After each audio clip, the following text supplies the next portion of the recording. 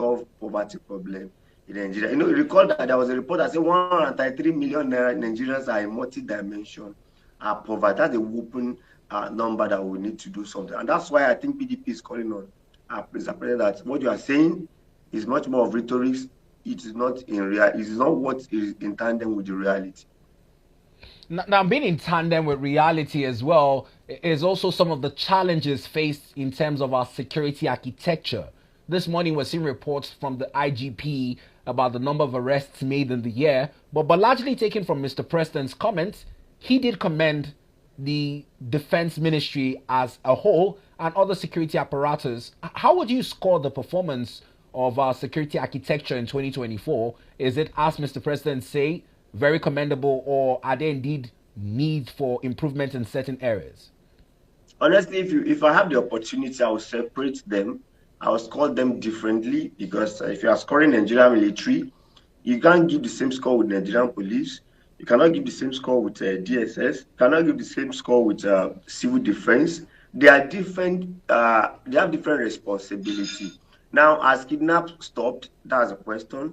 Have we stopped seeing harassment here and there? This morning, there's a killing in Plateau as well. So if you want to score them, you can score the Nigerian army. Honestly, I will agree. But I find it difficult to score the Nigerian, especially DSS, because, intelligence is key.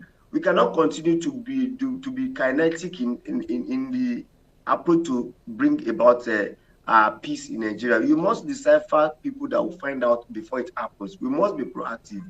And proactiveness in terms of security lies more on the hands of DSS. And Nigerian police also, domestically, are they actually doing what they're supposed to do? You have seen a lot of atrocity committed by the Nigerian police. Some of them, rather, not all of them, but they must find way of doing their work professionally so that it will reduce. So for me, I will score Nigeria on a high, and I would like to call others on average.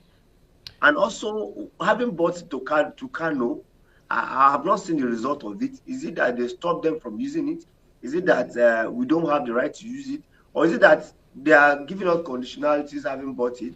These are the things we must know about. You also recall why I will also score them well, because we spend humongous amount on security. And we are not, I can tell you, we are not seeing the result as it's supposed to be. I saw the Minister of Defense state that went to the Zamfara to declare a mining operation open. And it was talking about Lakura and all those things. I was thinking, why all this jamboree? You would have just do it quietly without much celebration, because Nigerians are suffering day to day from this bad people.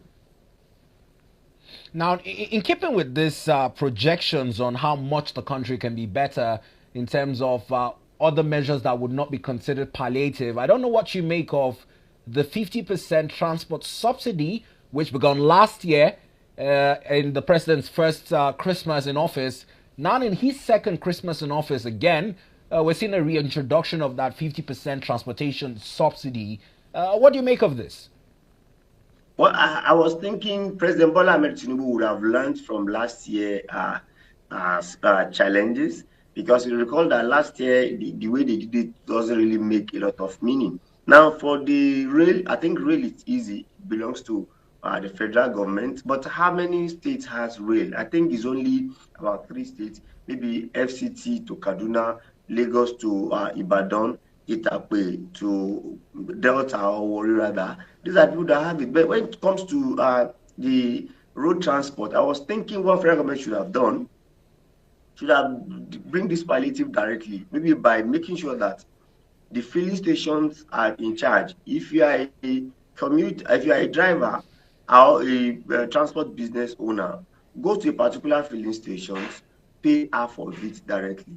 Because if you do that, and Nigerians are going to the stations, and because most what they did last year was that you will pay full, they will not tell you they will return the money to you. Where will you even have the full to pay in the first place?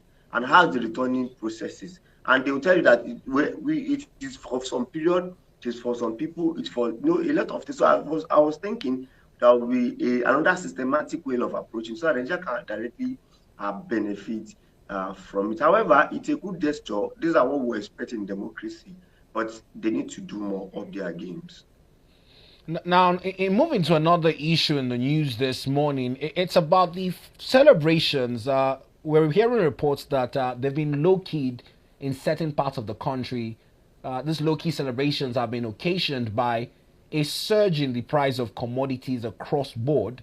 Earlier in our news, we saw reports where our correspondents also compared travel prices for last year and this year. Notably, there's been almost like 100% increase in the cost of transportation.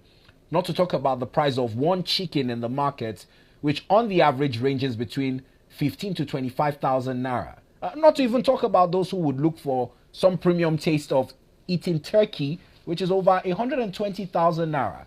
Can you help us sum up this surge in price which we're seeing at a time like